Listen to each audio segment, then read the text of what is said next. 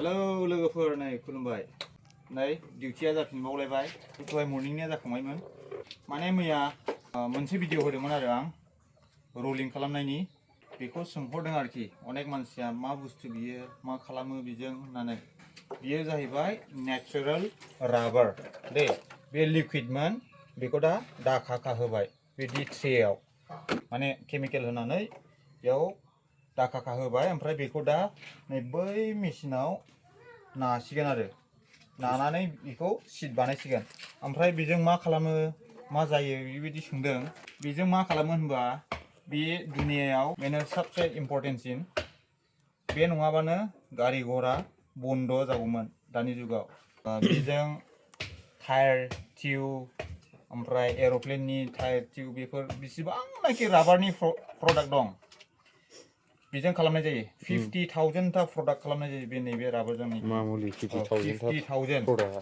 नोंनि सेन्देलनिफ्राय लानानै ओमफ्राय नैबे बाल्टिं बुल्टिं माने जेसेबांखि लबार दङ आरोखि गासिबो बे गासिबो नैबे बुस्थुनिफ्रायनो खालामनाय जायो one of the best औ दा बेखौ जों नासिगोन नै बै मेसिनाव मैया देखायखाबायना नानायखौ ओमफ्राय माबा सोंबावनो गोसोब्ला कमेन्टआव सोंहरनो हागोन बुस्थुआ एसे राद्रायबाय दा खम जासिगोन बियो एसे राद्रायबाय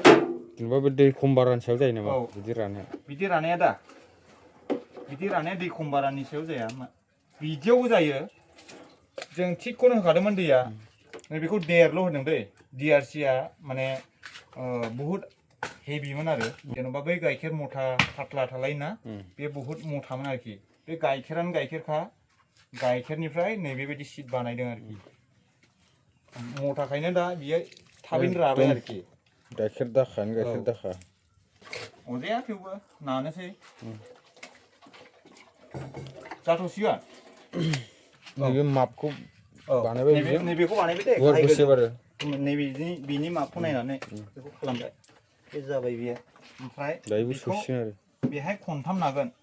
गुवारै खननै ओमफ्राय गोलावै खनसे ओमफ्राय बेनिफ्राय फिनिशिंआ बैहाय आरो नैबेबायदिनोसै नानाया बिदिनोसै नानाया मैया नुखाबाय ने बेखौ बेयाव दोनथ'नोसै आं एसे फोलेबावनो र'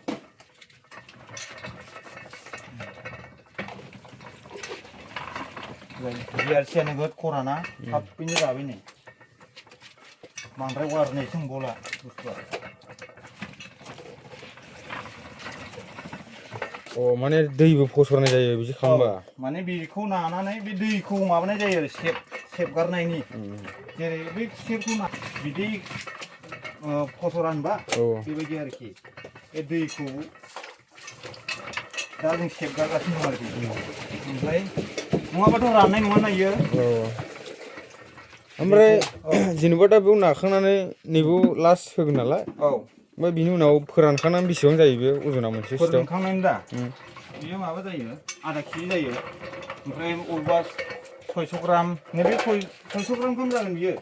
मोनसे सिटआव दोनथ'नोसै होनब्ला थ' बिदिबा जों मावग्रोनोसै ना